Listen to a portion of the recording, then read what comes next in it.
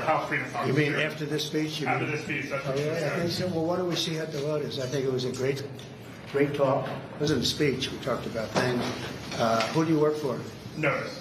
Who? Notice. I don't even know what the hell that is. You gotta get yourself a real job. Let me tell you. I think we have unbelievable unity. I think we're going to get everything we want, and I think we're going to have a great victory, and this man has done a great job. And I think this was a tremendous session. You may want to say something. Yeah, it was a great meeting. The party is unified. The House Republican Conference is excited. Multiple standing ovations. They love this president. The people back home love what he's doing. It's historic, and everybody understands the scope and the meaning of this. If we do not accomplish this mission, every one of you, all the American people are going to have the highest tax increase that you've ever had. And among the debt ceiling cliff that's approaching and all the other problems, this is the bill to do it. I think we're going to get it done, Mr. President. The Democrats want to raise your taxes. If this doesn't work, if this doesn't get the numbers that the Republicans want, and I think it does, I think it's all Republican vote, the Democrats are going to be raising your taxes by 68%. And they will not do the we're going to have an 85% cut in drug costs. 85% cut in drug costs. The Democrats, the drug prices are going to go up.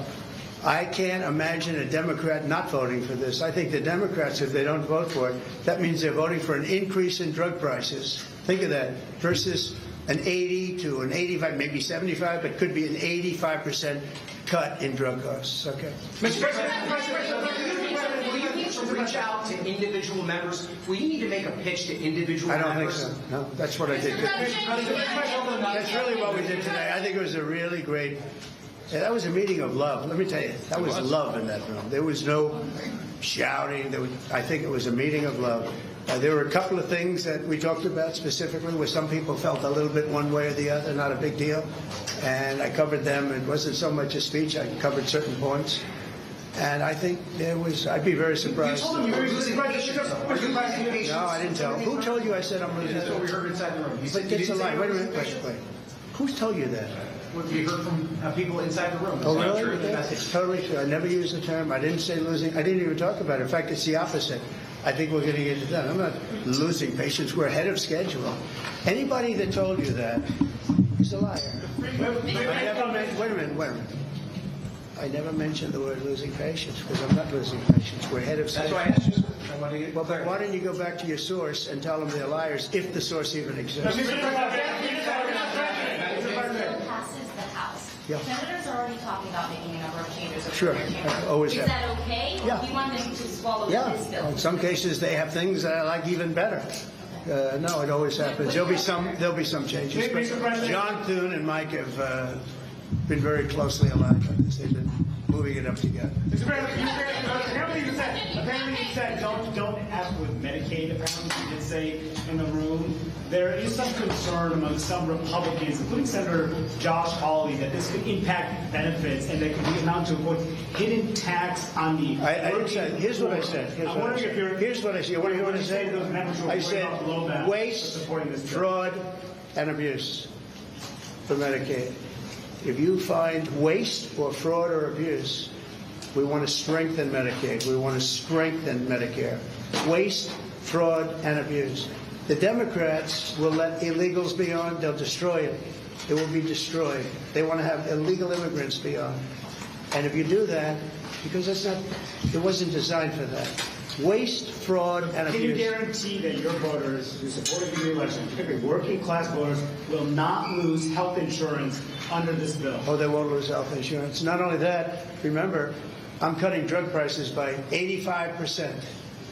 And right now, I'm saving it. I'm saving the whole thing because I did something that nobody was willing to do. Other countries pay a tiny fraction what we do.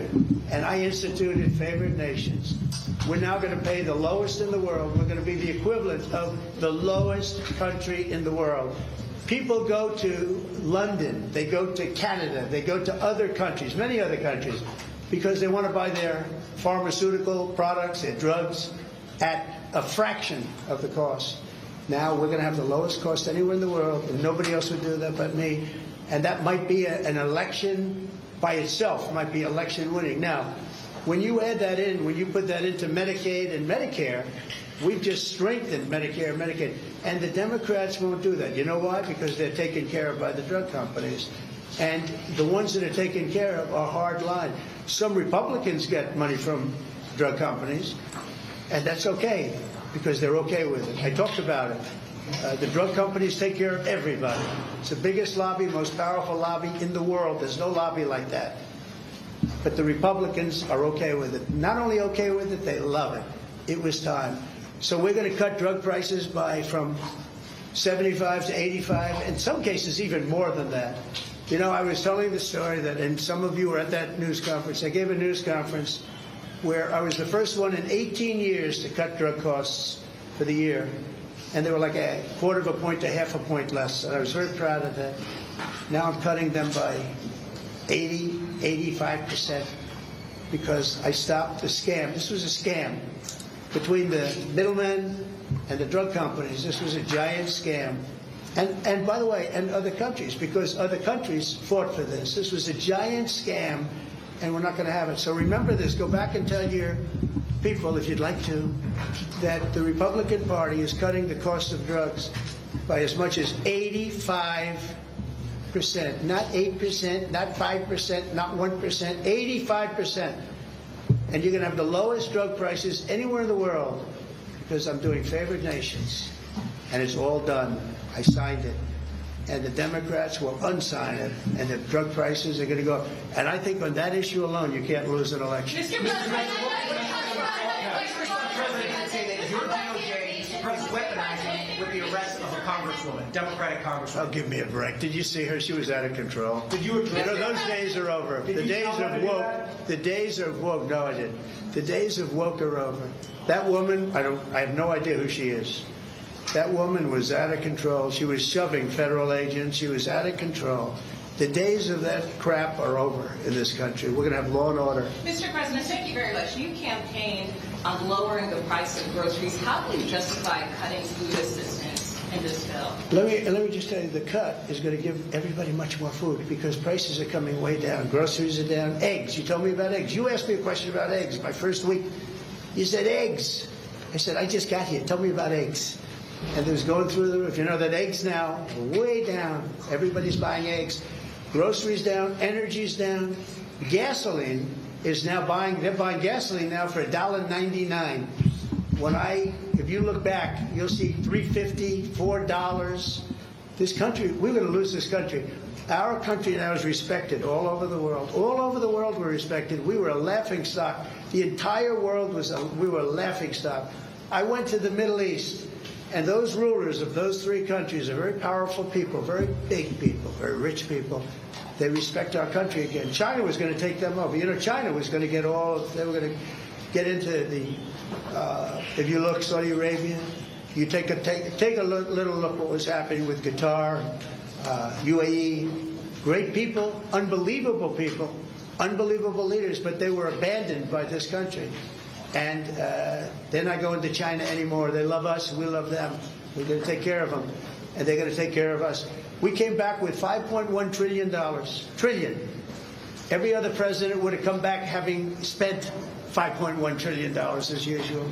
And remember this, we were losing $5 billion a day under the past administration. I have to be a little careful the way I talk, because there's a lot of anger about that administration. And by the way, the real question, who ran the auto pen?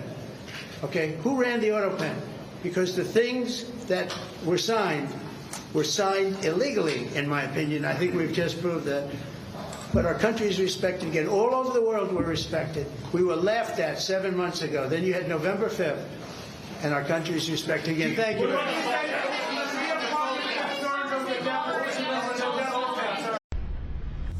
Information. Truth is freedom. Is Newsmax. It's real news for real people.